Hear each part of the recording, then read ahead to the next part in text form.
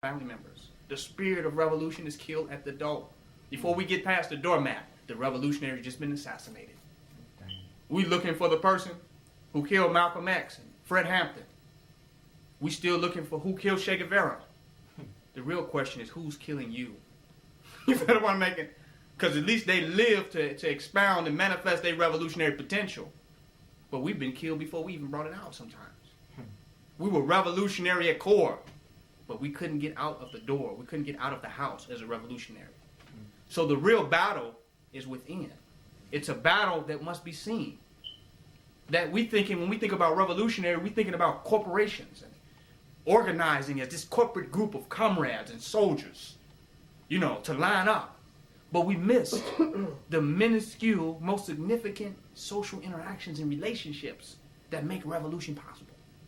We look over them. And those are the revolutions in our households. That's the revolution with those who are among us. Those revolutions are important. And those battles have to be won.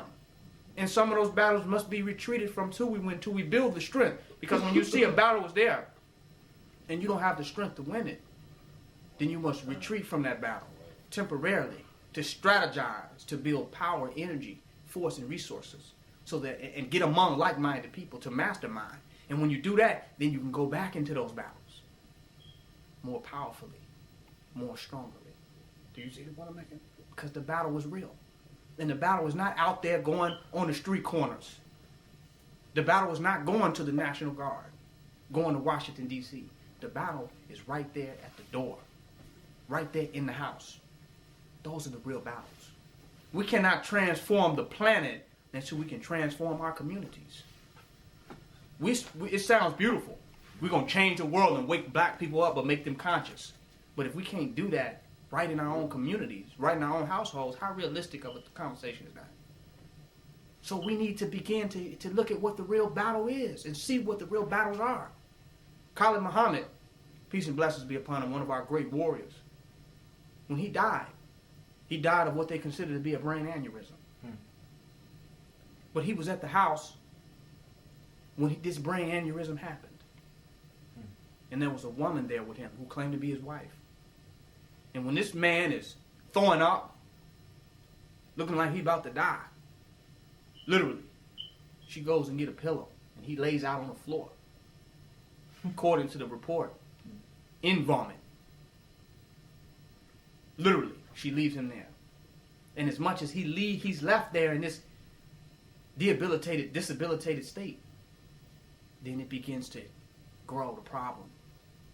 And now his brain is floating on blood. Do you understand the point I'm making? Because this woman that he was there with. Do you understand the point I'm making? Harriet Tubman had to kill her husband. Because she didn't want him to rat the Underground Railroad movement out. So she popped him. They don't tell you that part. That's how serious she was. She said, you either come or that's it. So my point is the real revolution is not out where you all think it's at. See, if you think that it's somehow we waiting on martial law and we talking about Alex Jones and all these different conspiracy theories, David Icke, we waiting on the martial law and urban warfare and urban soldiers to come in our community with tanks. And that's what we're worried about. But that ain't that's not where the real revolutionary needs to take place.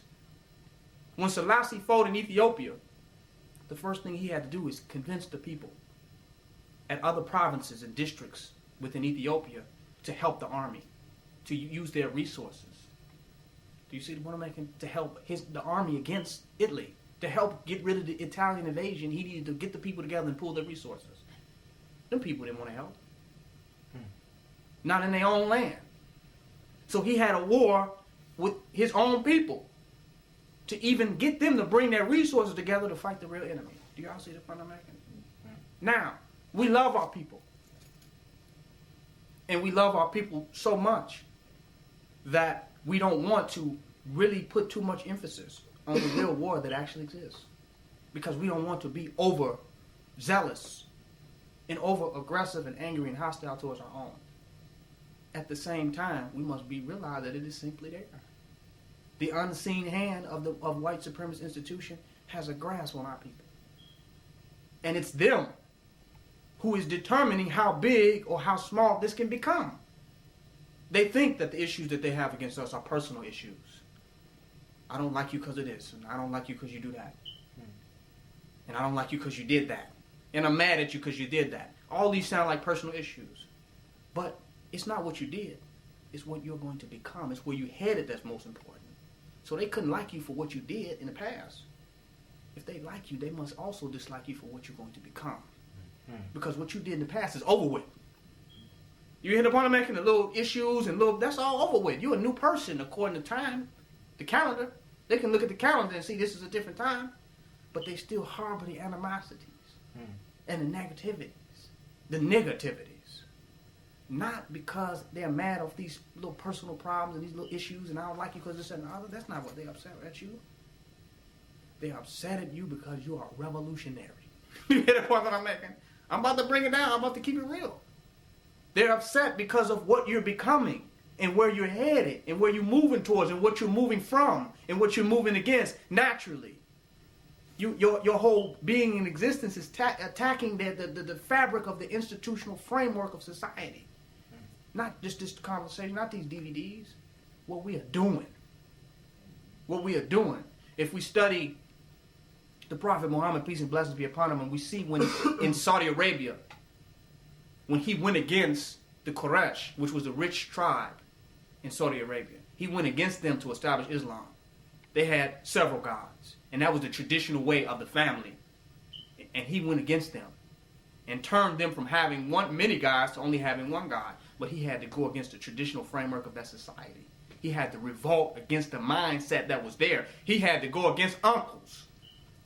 Y'all hear what I'm saying? To see the Islam that you see today that is practiced all over the world, mainly in China and Saudi Arabia and in Africa, to see that Islam, he had to go against relatives. Literally. And he had to convert relatives through warfare to Islam. Now, I'm not saying that as propagation of Islam, but I'm saying that when any time you're bringing something new, a new idea, or bringing forth a new way, then you're challenging the old ways. You're challenging the old traditional systems and ways of doing things. You don't think people are aware of that? And they are political representatives of the politic of society amongst you. Y'all know what I'm saying? They represent the overall society. And they represent the invested interests of society even amongst you. They do. They're saying, you saying, you see your son or your nephew or your husband propagating this truth stuff and talking about this nation building stuff. Girl, I got him under control. Don't worry about him. You hear the point that I'm making? Don't worry about that shit he talking about. That ain't shit, girl. I got him. Trust me. Same thing. Brother's wife talking about revolution and changing the diet. Getting our life together and coming out, waking people up and be a part of a conscious movement and a conscious manifestation. Husband saying, man, that bitch ain't gonna do shit. Watch. I got her. That hoe ain't about to do nothing. Who she thinks she is. I got her. Y'all don't even worry about that. All that stuff she talking. She gonna fix me some pork.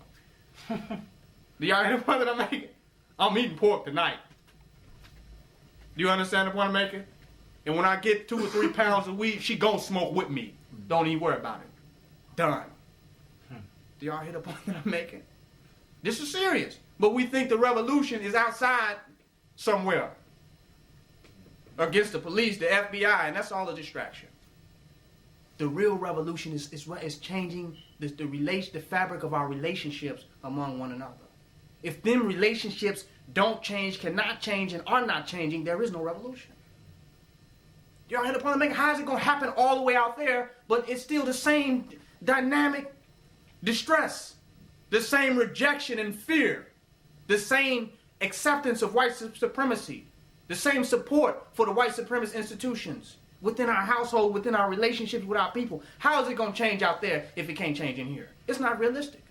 The only realistic strategy or methodology to changing it is by first changing it from within inside. That's the only real strategy. And that's the only way we can measure and calculate how much it worked. That's the only way we can measure its progress. That's the only way we can see how it is maintained. Now, when you realize that the real battle lies within them relationships, it lies within the fabric of the social dynamic. When you realize that, now you know what you're up against. You're not arguing over relationship issues.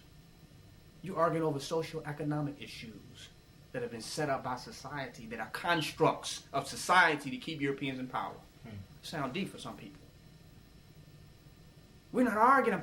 Sister talking about, brother, you need to go get a job. We're arguing about, that's the argument over imperialism versus runaway slavery. Do y'all hear the point that I'm making? We don't see the overtone of society. The things we think we're arguing about. We think we're Billy and Sally arguing about this shit. No, we're not. We didn't have these conversations in Africa. We weren't arguing about you getting a job and you doing this. So where did we get the damn conversation from? Slavery. That's not an African argument. These are not African experiences that we have. These are experiences that are a manifestation of the progression of a slave institution. That's all they really are. But we think that, hey, we just having an argument, it's just a relationship problem, and we just disagree on some things. No, you don't. The Willie Lynch is in your household. And it's operating fully. You got some herbs trying to heal somebody, and they say, well, we only use the white boy's medicine. That ain't a disagreement between man and son, or son and father, or daughter and mother. That's the white supremacist institution versus black liberation right there. Right in that dialogue. That's what it is. And then we say, well, I'll let you have your view. We just disagree. I'll let you have your views, and I have mine. You're going to go ahead and keep eating pork and keep living unhealthy and doing this and believing in the white supremacist institution. You go ahead and do that. That's your life. This is my life. The white boy don't say that.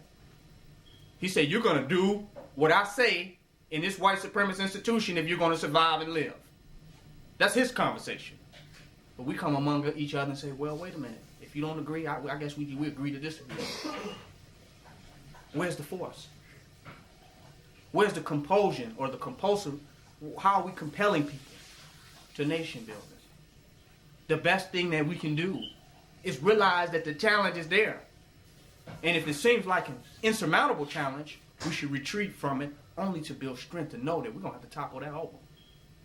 Literally. And if we don't have the strength to cause those minute dynamic changes on a realistic level, then we need to build it. We shouldn't go and create some other problem and make it an international problem. It's a problem between the petty bourgeois, and the proletariat. We shouldn't find fancy names and come up with a whole ideology for these problems that exist. And then we get so deep till we didn't read 50 books and the problem still remains 50 books later. We need to really sit and recognize and see what the real problems are and challenge them problems right where they at. And our ability to win those situations by using our strategies to overtake and take back our own community, starting from the household, starting from the community. And when we instill those strategies, now we're doing something. Now we're strategizing at really changing the social condition of our society. Because we're saying, well, this is a real problem. How do we do this? How do we do that? We're strategizing. And then we must team up. Y'all don't hear what I'm saying. We don't know what nation building is about. We got to team up against certain forces and work together, organize, because even though they're under the white supremacist illusion, they're disorganized among that. The white man is not protecting them in our communities for upholding him. The protection he offers them is very minuscule for upholding his institutionalization. But we're strategically on point. We're strategically in positions to say, well, wait a minute. That's just not going to work. Scientifically, what you're trying to do is just not going to work. The wrong that you seek to implement is just not going to work. Because the mechanics of this situation is to our advantage. Do you know what I'm making? So the point of us coming together, revolutionizing, is to make the mechanics of the circumstances work to our advantage. There are many different circumstances. Not just a circumstance of us dealing with the Chicago Police Department or this white supremacist institution. There are many different circumstances that we must override as revolutionaries. There are many different types of circumstances that will confront us, that we will have no other arm no other wing to use.